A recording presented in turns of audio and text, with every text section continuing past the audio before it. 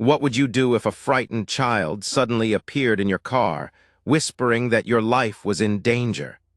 Nathan Carter, the 52-year-old powerhouse behind Carter Financial Group, thought he was untouchable. That evening, the rain draped Portland in a gray veil, city lights bleeding into golden halos across wet streets. Nathan, fresh from sealing a lucrative Japanese merger, strode toward his sleek black Mercedes, the symbol of his hard-won empire. Slipping into the leather seat, he allowed himself a rare moment of quiet, until an icy hand clamped over his mouth. His eyes shot open to find a 6-year-old girl crouched in the back seat, her wide brown eyes trembling with fear and urgency. "Don't say anything, they're listening," she whispered. Her name was Lily, dirty clothes, rain-soaked hair, and the kind of desperation that didn't belong on a child's face. She warned him of men in dark suits watching him, planning something. A flicker of memory returned. Last week he'd handed a shivering girl a sandwich outside his office. Could this be her? Her voice quivered, but her words were clear. They knew his routine, his parking spot, his schedule. They were planning something big for his upcoming meeting.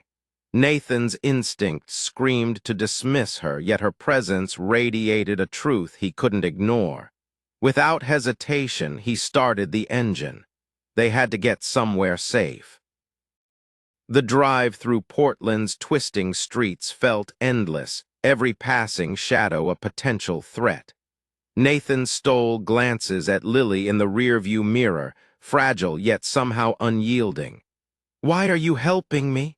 he asked. Her answer was simple, but it hit him hard. "Because you were kind when no one else was." Nathan, a man who built his life on calculation and caution, now found himself trusting a child's word over his own seasoned judgment. Lily's fragmented recollections painted a grim picture: overheard conversations, whispered threats, and a plan that reached deep into his inner circle. The idea that someone close to him could be orchestrating this sent a cold wave through his chest. Lily directed him to a modest hotel, the Maplewood Inn, where they might slip under the radar. Inside, the warmth and dim lighting felt like a fragile shield. Nathan ordered food while Lily devoured a burger like she hadn't eaten in days. Between bites, she revealed that the plot wasn't about money alone. They wanted to ruin him completely. Her words left no room for misunderstanding. They didn't just want to take his company, they wanted to erase who he was. As Lily's words sank in, Nathan's thoughts turned to faces he trusted most. David Bennett, his closest partner, and Olivia Harper, his secretary of 8 years, names that now felt like knives in his back. Lily explained how she'd overheard them at an abandoned house near the Riverside district discussing his destruction. Thursday's meeting was their deadline. Nathan's mind ran cold. He knew that place, isolated, dangerous, the perfect setting for treachery. Determination replaced shock. They needed proof, but before he could act, Lily warned that his enemies didn't know she was with him yet. But they were looking. Leaving the hotel under the cover of mist, Nathan spotted 2 black sedans parked near his car, shadows moving behind tinted glass. Without hesitation, he led Lily through an alley and back to a secondary vehicle, taking back routes until they reached a secluded, safe house. The silence there felt heavier than the rain. Opening his laptop, Nathan uncovered a hidden folder, detailed logs of his daily movements, surveillance photos, even doctored medical records plotting to have him declared unstable. It wasn't just betrayal, it was annihilation. A sudden creak upstairs froze him, footsteps deliberate and close. Nathan moved quietly toward the sound and saw Olivia in his home, rifling through papers, muttering venom under her breath about how he wouldn't know what hit him. Rage surged, but Nathan stayed hidden. Downstairs, Lily clutched a small recorder Nathan had slipped into her bag, a weapon of truth capturing every word of his enemies plotting. But their time was up. A pounding at the door thundered through the house. Nathan's instinct screamed. He grabbed a flashlight and guided Lily through a hidden exit into the night, leading them toward the Riverside district, the very place where this conspiracy had been born. The streets there were a graveyard of abandoned buildings, the air thick with danger. Figures emerged from the shadows, armed men dressed in black. Nathan shoved Lily behind a crumbling wall, his voice low and steady. "Stay quiet." The men's voices carried through the dark.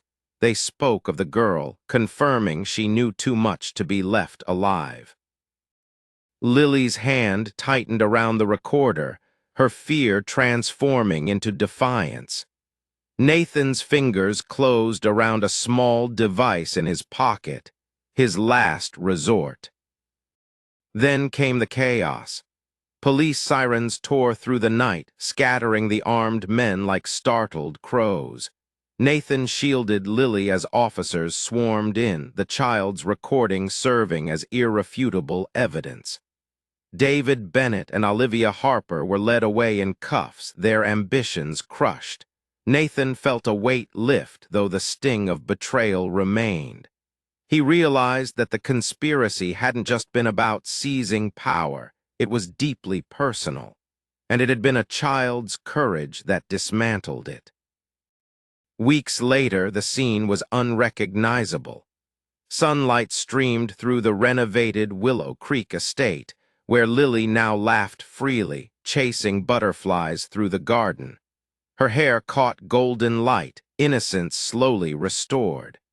Nathan watched her from the porch, the man who had once lived in isolation now immersed in the warmth of connection.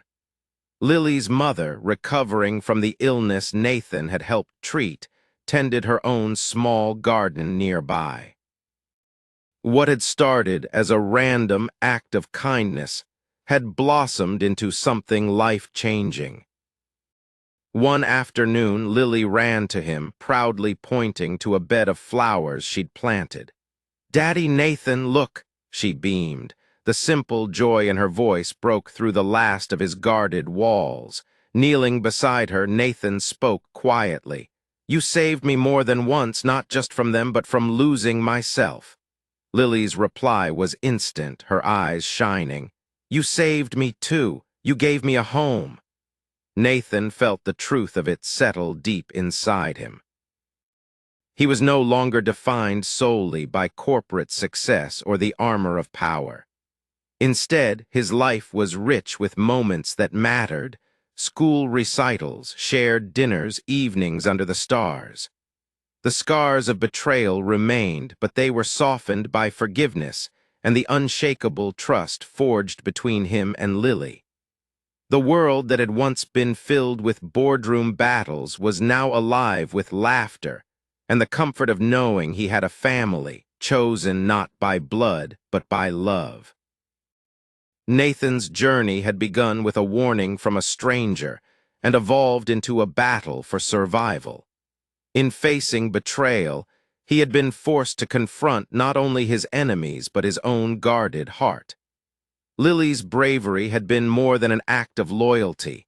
It was a mirror reflecting what Nathan had long forgotten: the power of trust, compassion, and human connection. What started as an evening shadowed by rain and fear had transformed into a life rebuilt from the ground up.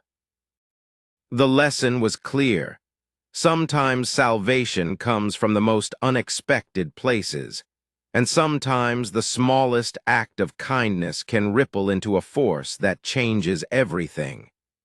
For Nathan, that force came in the form of a small girl in tattered clothes, who stood between him and the darkness with nothing but courage and a will to protect. This story isn't just about a businessman and a child. It's about the way trust can be born in the midst of danger, about the resilience of the human spirit, and the way love can grow out of chaos.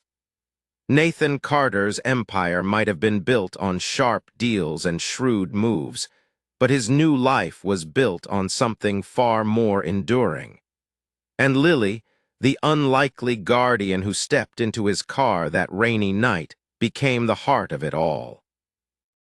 Even after betrayal cut deep, Nathan found redemption not in the boardroom but in the garden where laughter replaced suspicion. It's a reminder for all of us. No matter how dark the night, kindness and courage can lead us back to the light. And so a rainy night that could have ended in betrayal became the beginning of a new life. Nathan Carter didn't just survive. He found something far more valuable than wealth or power. He found trust, love, and a family. If this story moved you, tap the like button and share it so others can experience it too. Leave a comment with your thoughts.